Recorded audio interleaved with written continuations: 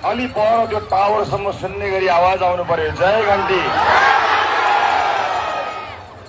म जसका लागि जुन निर्वाचन क्षेत्रमा यहाँ आज उभिएको छु, मलाई थाहा छ तपाईहरुले मन बनाइसक्नु भएको छ यहाँ भोट माग्न आउनु पर्दैन। म यहाँ भोट माग्न होइन, म झापा 5 मा भोट माग्न होइन, न्याय माग्न आएको छु। भोट त सबैले पाउँछन्, चुनाव त सबले जित्छन्, न्याय पाउनका लागि एउटा युग पर्खिनुपर्छ।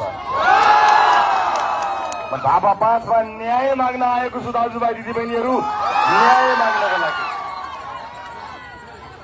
अन्याय त म माथि पनि भएकै हो, तर मेरो न्याय माग्न आएको होइन।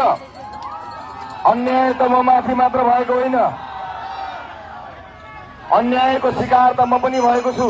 मेरो चिन्ता गर्न पर्दैन, तर देशको न्यायको लागि एकपटक झापा 5 को यसपटकको मतदान इतिहासको एउटा कोसे ढुङ्गो हुनेछ। म त्यो इतिहास बदल्नका लागि झापा 5 तयार छ कि छैन हेर्न मैले माथि म कुनै पनि सभामा यति धेरै माथि चढेको छैन। हुन त म त्यति धेरै माथि चढ्ने मान्छे होइन, भएकै मान्छे हो, तर म सबैको अनुहार हेर्न चाहन्छु इतिहास बदल्न तयार छ कि छैन। झापा 5 ले यसपटक इतिहास लेख्नुपर्ने छ, देशलाई न्याय गर्नुपर्ने छ र देशलाई न्याय गर्नेछ भन्ने कुरा मैले विश्वास गरेको छु।